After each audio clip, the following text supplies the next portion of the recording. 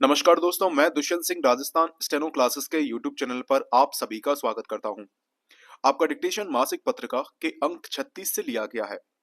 Dictation start होगा कुछ second के बाद। स्टार्ट। अध्यक्ष महोदय, 20वीं शताब्दी के इन अंतिम वर्षों से आप सब लोग 21वीं शताब्दी में पहुंचेंगे तथा अपने सक्रिय योगदान से भारत की भाषाई सौंदर्य को अधिक रूपवान बनाएंगे। भारतीय भाषाओं और हिंदी के अंतर संबंधों पर आपको अवश्य विचार करना चाहिए। यह ठीक वैसा ही है जैसा हम अलग अलग राज्य इकाइयों में रहते हैं, किंतु हर अर्थ में हम भारतीय हैं। हम अपनी प्रांतीय भाषाओं, अपनी मातृ बोलियों, लोक बोलियों में निरंतर अपना आदान प्रदान जारी रखते हैं। हमें अपनी बोलियों, भाषाओं पर गर्व भी होना चाहिए। इसी गौरव भाव से हम अपनी राष्ट्रभाषा के विकास के बारे में अपनी भावी दृष्टि का विकास भी कर सकते हैं। भारतीय भाषाओं की सबसे बड़ी शक्ति है लोक से उनका जुड़ाव।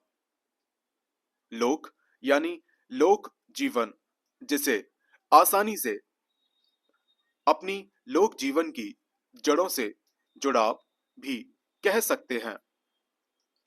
हमारी लोक परंपराएं इतनी सशक्त हैं कि हम उन्हें छोड़ नहीं सकते।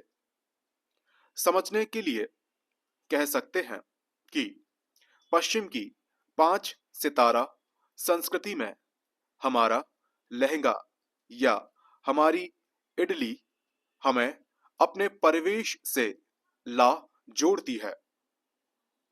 आधुनिकता और उत्तर आधुनिकता ने जितने तेजी से हमारे लोक जीवन की परंपरा को स्वीकार किया है, उतना तो हमारे मध्यकालीन स्वभाव ने नहीं किया। हमारी हर भाषा का अपना अतीत है।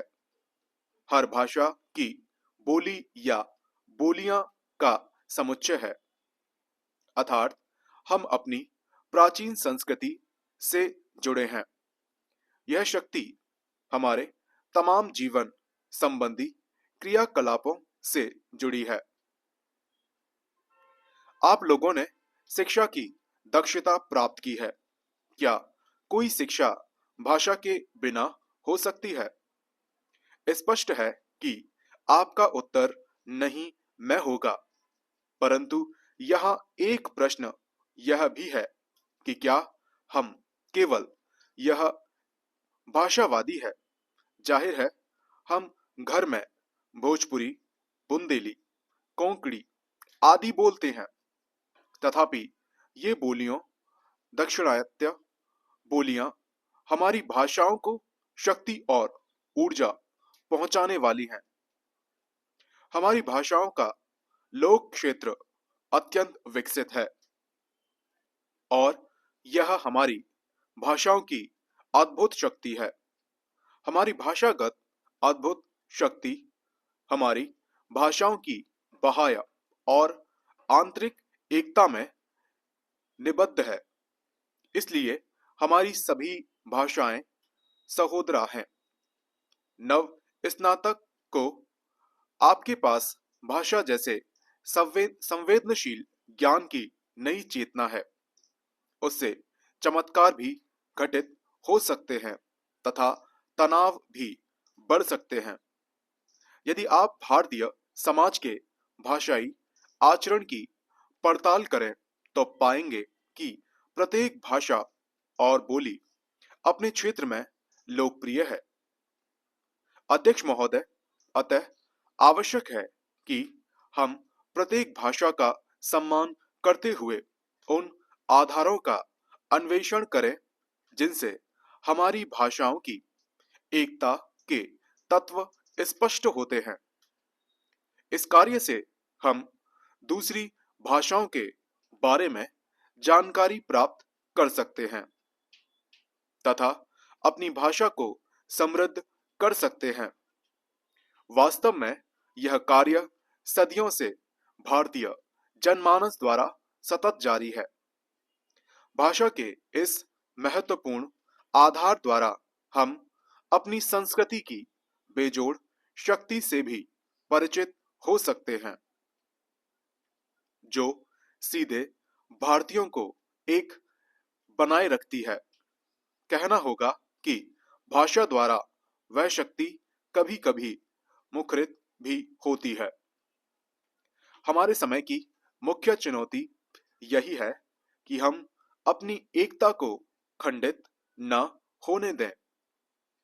बाहरी और भीतरी, दृश्य और अदृश्य ऐसे अनेक आक्रमण हैं जो स्वार्थी शक्तियों द्वारा लगातार किए जा रहे हैं। उदाहरण के लिए, भारत में भाषाओं के आपसी संबंध कहीं भी कटुतापूर्ण नहीं है, किंतु स्वार्थी शक्तियां एक महत्तम भारतीय भाषा के विरुद्ध द्वेषपूर्ण भावना को राजनीतिक औजार के रूप में इस्तेमाल कर रही हैं। यदि समय रहते हम सचेत न हुए तो जैसा आप देखते हैं, भारत में विखंडवादी शक्तियां तरह तरह के विभेद सामने ले आएंगी। एक सजग भारतीय नागरिक के नाते आपका यह कर्तव्य है कि आप जीवन कर्म में भारतीयता, भारतीय संस्कृति और भारतीय भाषाओं के प्रति अपनी निष्ठा अटूट रखें।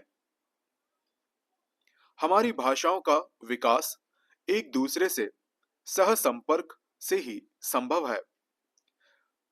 मेरी कामना है कि आप अगली शताब्दी में इस सह संपर्क को अधिक तीव्र और अर्थवान बनाएंगे।